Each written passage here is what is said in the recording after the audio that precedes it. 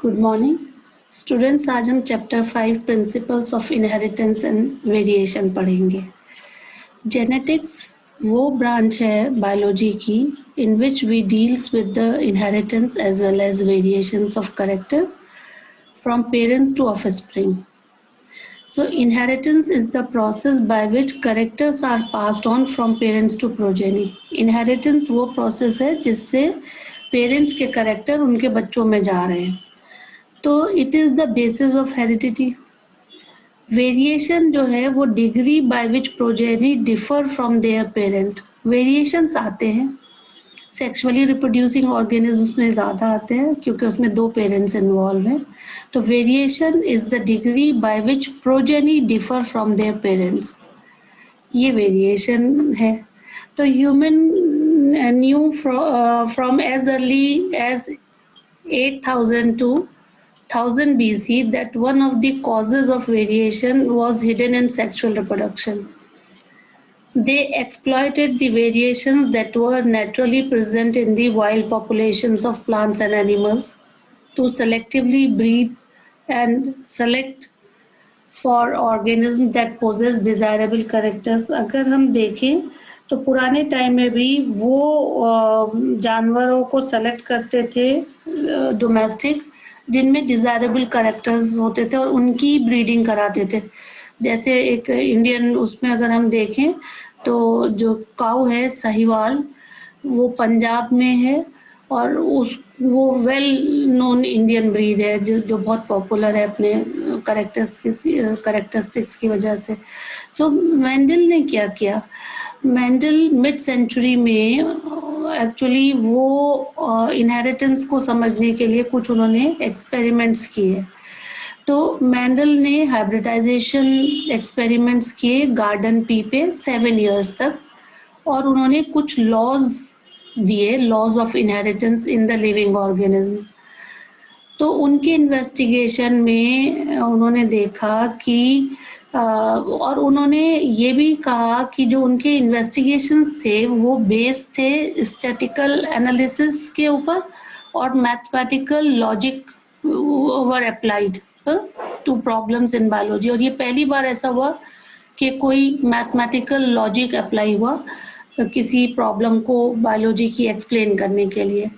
उनका जो सैंपल उन्होंने लिया वो बहुत बड़ा सैंपल लिया, तो इसलिए उनका जो भी इंफॉर्मेशन उन्होंने दी उसको उसकी क्रेडिबिलिटी बड़ी ज़्यादा हो गई क्योंकि उन्होंने ज़्यादा सैंपल बड़ा सैंपल लेकर काम किया. And confirmation of his influences from experiment on successive generation on his test plants. उन्होंने टेस्ट प्लांट्स के बेसिस पर भी उसको प्रूव किया अपने रिजल्ट्स को. तो उनका वर्क जो है वो बहुत ही इम्पॉर्टेंट हो गया और लोग शुरू में उनके वर्क को इम्पोर्टेंस नहीं मिली, लेकिन बाद में कुछ साइंटिस्ट ने जब उसको परफॉर्म किया तो सेम रिजल्ट्स देखे, तब उनको फादर ऑफ जेनेटिक्स बना दिया गया.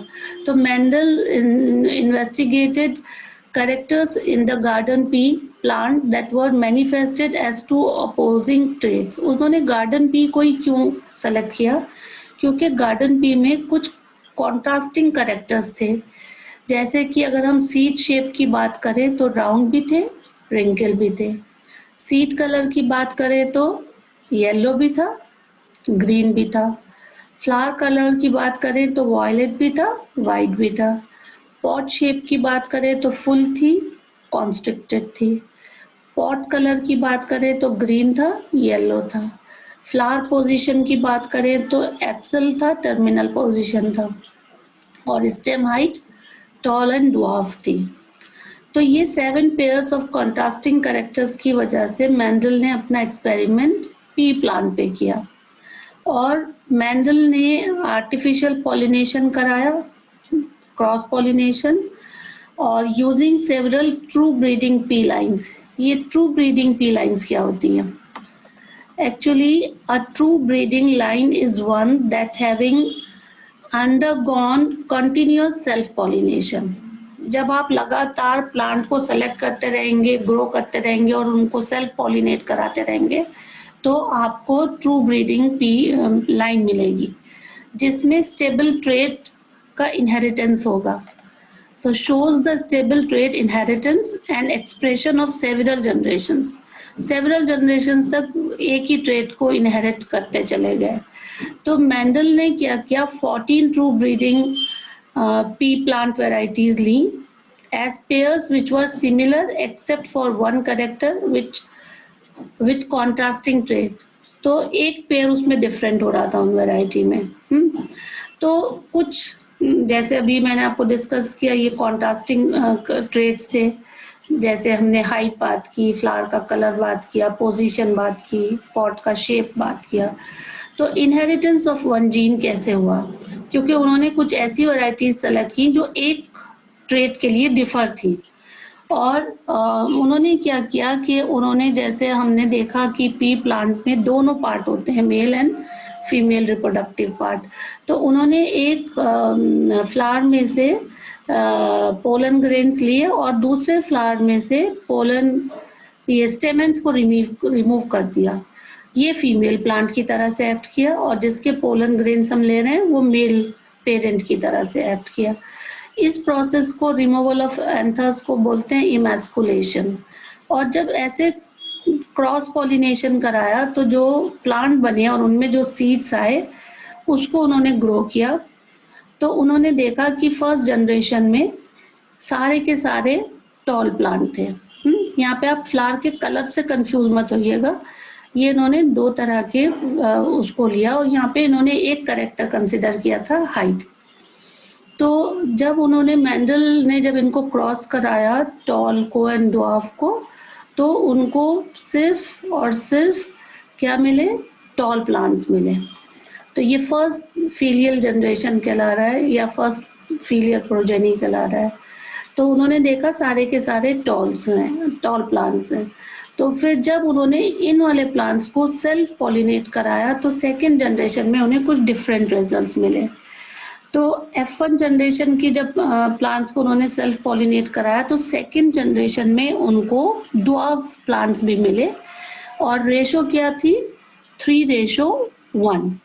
मतलब 75% टॉल प्लांट्स थे और 25% शॉर्ट प्लांट्स थे. तो ये जो रेशो कहलाई, ये फिनोटिपिक कहलाई, क्योंकि जो आउटर अपीयरेंस है हमने उसके बेसिस पे बताया कि इतने टॉल हैं और इतने शॉर्ट हैं. लेकिन हमें इनका जीनोटिपिक रेशो नहीं पता चल पा रही थी, क्योंकि हमें नहीं पता कि इनका जेनेटिक मेकअप क्या था. तो यही वाला एक्सपेरिमेंट उन्होंने क्या किया, उन्होंने फ्लावर के साथ भी किया, वायलेट और ये वाइट फ्लावर्स के साथ. अब जब इन्होंने, मेंडल ने प्रपोज किया कि कुछ जो है stably pass down unchanged from parents to offspring, के कुछ पास हो रहा है पेरेंट्स से ऑफस्प्रिंग में through the gametes over successive generation. तो उन्होंने इसको फैक्टर नाम दिया. उस जमाने में जीन्स नाम नहीं यूज होता था. तो मेंडल ने पहली बार कि जो चीज पेरेंट्स से ऑफस्प्रिंग में जा रही है उसको उन्होंने फैक्टर नाम दिया. आजकल हम उसको क्या बोलते हैं, जीन्स बोलते हैं. तो genes therefore are the units of inheritance. तो अगर जीन्स की डेफिनेशन आए तो आप लिख सकते हैं functional segment of DNA are the units of inheritance. So they contain information that is required to express a particular trait in an organism. Or genes which code for a pair of contrasting traits. ये important है. Genes which code for a pair of contrasting traits are known as alleles. They are slightly different from the same gene. जैसे अगर हम बात करें capital T and capital T, ये alleles हैं, है ना. कैपिटल टी या स्मॉल टी, ये एलील्स हैं. So if we use alphabetical symbols for each gene, then the capital letter is used for trait expressing at F1 stage and the small letter for the other trait. उन्होंने कहा, उन्होंने letters को English letter से represent किया trait को. और उन्होंने किस बेसिस पे लेटर को चुना, उन्होंने कहा कि जो F1 जनरेशन में ट्रेड आ रहा है उसी का कैपिटल लेटर ले लिया. अब जैसे कि for example in case of the character of height, capital T is use for tall and small t is used for dwarf, and T are alleles of each other.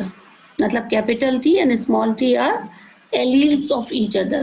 Hence in plants the pair of alleles for height would be, या तो दोनों capital होगा, एक capital एक small होगा, या दो small होंगे.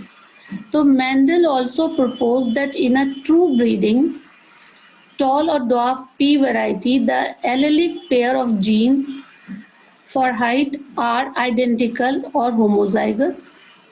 मेंडल ने कहा कि ट्रू ब्रीडिंग में या तो वो कैपिटल टी होगा या स्मॉल टी होगा. जब दोनों लेटर कैपिटल है या दोनों लेटर स्मॉल है, इस कंडीशन को बोलेंगे होमोजाइगस.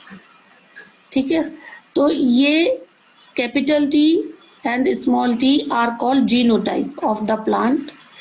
लेकिन अगर हम बोलें कि ये तो हमने जब हम जीनोटाइप बोल रहे हैं तो हम ये लेटर्स दिखा रहे हैं, जब हम फिनोटाइप बोल रहे हैं तो हम इंग्लिश का वर्ड यूज कर रहे हैं टॉल या ड्वार्फ. मेंडल ने कहा कि अगर हम टॉल प्लांट को शॉर्ट प्लांट से क्रॉस कराते हैं तो F1 में जो फिनोटाइप आता है वो तो टॉल है, लेकिन जो जीनोटाइप आता है वो मिक्सचर है, दोनों के गैमीट्स आए, लेकिन एक्सप्रेस सिर्फ टॉल हो रहा है. तो उन्होंने कहा जो ट्रेड एक्सप्रेस हो रहा है वो डोमिनेंट है, और जो ट्रेड एक्सप्रेस नहीं हो रहा है वो रिसेसिव है. तो उन्होंने कहा कि dominant factor and recessive factor की बात की.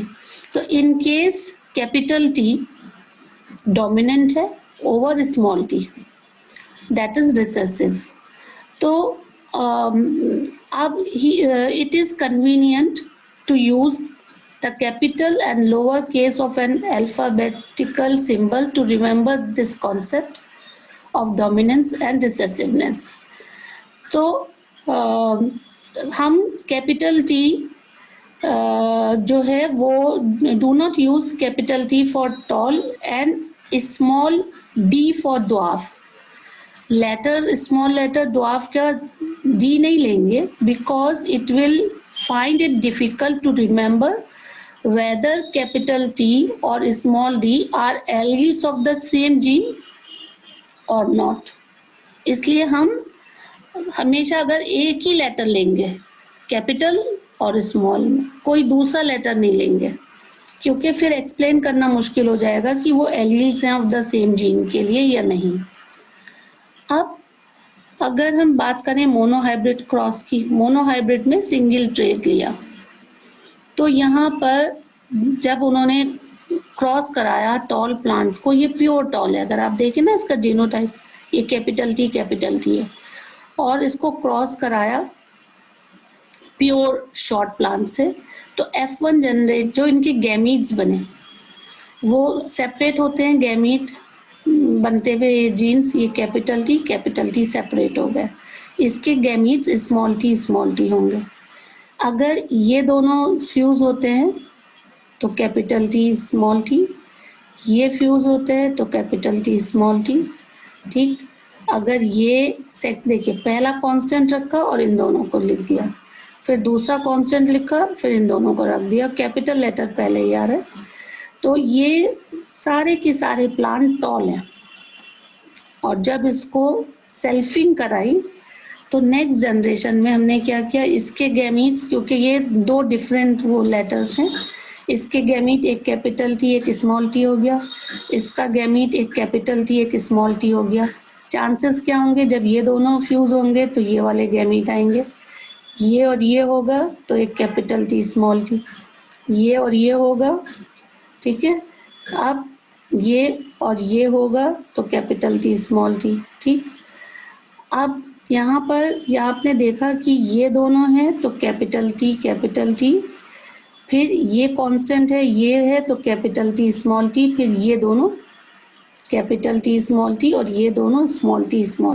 मतलब इसको कांस्टेंट रखिए और इन दोनों के साथ कॉम्बिनेशन कराइए, ये दोनों लाइन में लिख दीजिए.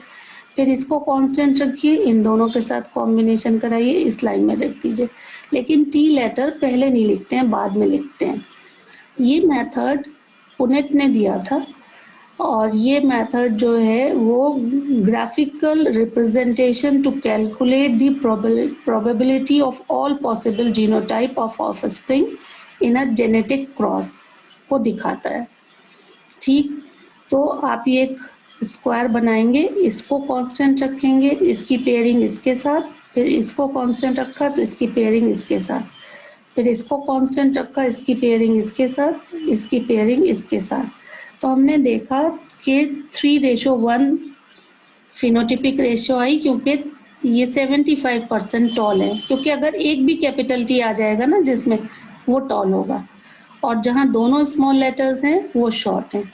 लेकिन अगर हम जीनोटिपिक रेशियो की बात करेंगे तो ये जो कैपिटल टी है वो 1:2:1, ये 25% है, ये 25% है, ये 50% है।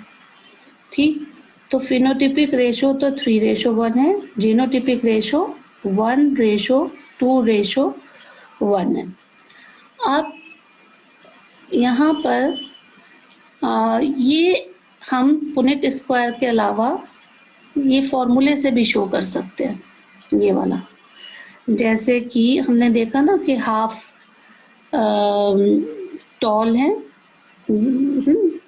और हाफ शॉर्ट है, ये गैमीट्स की बात हो रही है। जैसे ना from the Punnett square it is easily seen that 1/4 of the random fertilization lead to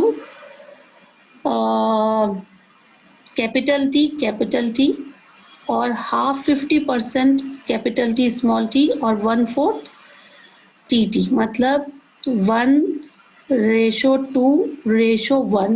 इसका मतलब है 25%, that is 1/4, 50% का मतलब हाफ, और फिर 1/4 मतलब 25%। तो अगर हम फॉर्मूले में इसको रखें, मतलब दो पेरेंट हैं,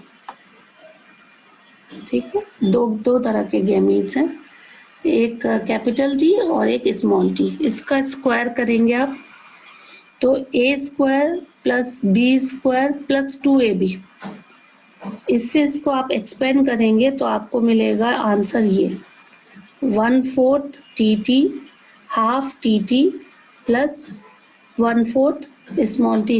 इसको आप एक्सपेंड कीजिए, 1 का स्क्वायर 1 ही होता है, 2 का स्क्वायर 4, और 2 t² अगर आप लिखेंगे तो TT अलग भी लिख सकते हैं।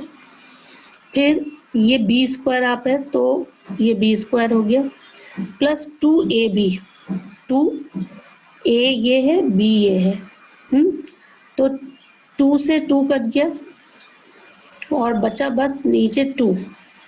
ठीक है, तो Mendel self pollinated the F2 plants and found that dwarf plant continue to generate dwarf plants in F3 and F4 generation. So he concluded that the genotype of the dwarfs was homozygous. Homozygous मतलब same, ये दिख रहा है। So what do you think he would have got had he self-pollinated a tall F2 plant? Up from the preceding paragraphs, it is clear that though the genotypic ratio can be calculated using mathematical probability, but simply looking at the phenotype of a dominant trait, it is not possible to know the genotype composition. Genotypic composition हमें नहीं पता चल रहा है, हम calculate तो कर रहे हैं लेकिन हमें ये नहीं पता कि जो हमने क्रॉस कराया क्या वो प्योर डोमिनेंट था या प्योर रिसेसिव था या वो हेट्रोजाइगस टॉल था। तो मेंडल ने टेस्ट क्रॉस कराया। टेस्ट क्रॉस में उसने क्या किया कि उसने, जैसे हमें किसी प्लांट का ये पता करना है कि वो हेट्रोजाइगस है या प्योर है, तो जैसे इस डायग्राम में आप देखेंगे यहाँ उसने दोनों प्लांट ले लिए होमोजाइगस रिसेसिव। ठीक है, इसको एक्सप्लेन करने के लिए हमने W ले लिया। अब आप ये मत बोलिएगा हमने वी क्यों नहीं लिया, डब्ल्यू ले लिया, इसके 2 गैमीट्स हैं, इसके 2 गैमीट्स डब्ल्यू डब्ल्यू। अब ये वाला प्लांट हमें पता करना है कि ये प्योर है या हेट्रोजाइगस है। हमें इसका फिनोटाइप तो पता चल रहा है, कलर दिख रहा है, लेकिन इसका जीनोटाइप नहीं पता चल रहा है। पुनीत स्क्वायर के मेथड से इसके गैमीट्स बन गए, इसके गैमीट्स बन गए। ठीक है, 2 चांसेस हैं। अगर ये प्योर है तो इसमें 2 कैपिटल डब्ल्यू आएंगे, अगर ये हेट्रोजाइगस है तो 1 कैपिटल 1 स्मॉल, तो 2 गैमीट बन गए। तो हमने 2 पॉसिबिलिटीज देखनी है, इधर या इधर। तो ये देखा कैपिटल डब्ल्यू, ये स्मॉल डब्ल्यू है, ये पहले कांस्टेंट रखा, फिर ये कैपिटल डब्ल्यू स्मॉल डब्ल्यू, फिर ये कांस्टेंट रखा, capital W small W, capital W small W. ये सारे के सारे एक कैपिटल लेटर आ रहा है और एक स्मॉल आ रहा है। अगर इसकी बात करें, इसके 2 गैमीट्स हैं, कैपिटल, अगर ये चांस है, अगर ये हेट्रोजाइगस है, पहले हमने देखा अगर ये होमोजाइगस कंडीशन है, दोनों कैपिटल है। अगर ये हेट्रोजाइगस है तो इसके गैमीट्स 1 कैपिटल 1 स्मॉल हो गए। इसी तरह से ये 2 स्मॉल लेटर्स हो गए। इसको कांस्टेंट रखा, इसके साथ 1 कैपिटल 1 स्मॉल, इसको देखा 1 कैपिटल 1 स्मॉल, इसको दोनों स्मॉल, इसको दोनों स्मॉल। तो यहाँ हमने देखा जिसमें भी एक कैपिटल डब्ल्यू होगा वो वॉयलेट कलर का फ्लावर होगा। ठीक है, हमने देखा यहाँ पे half of the flowers were violet and half of the flowers are white, लेकिन इसमें सारे के सारे फ्लावर्स वॉयलेट थे।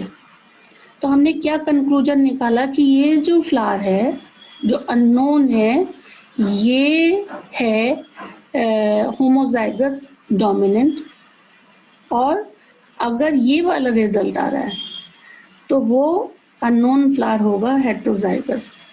मतलब अगर ये रिजल्ट आ रहा है आपको नेक्स्ट ग्रो करने के बाद तो वो होमोजाइगस होगा, और अगर हाफ हाफ मिल रहे हैं आपको तो वो हेट्रोजाइगस होगा।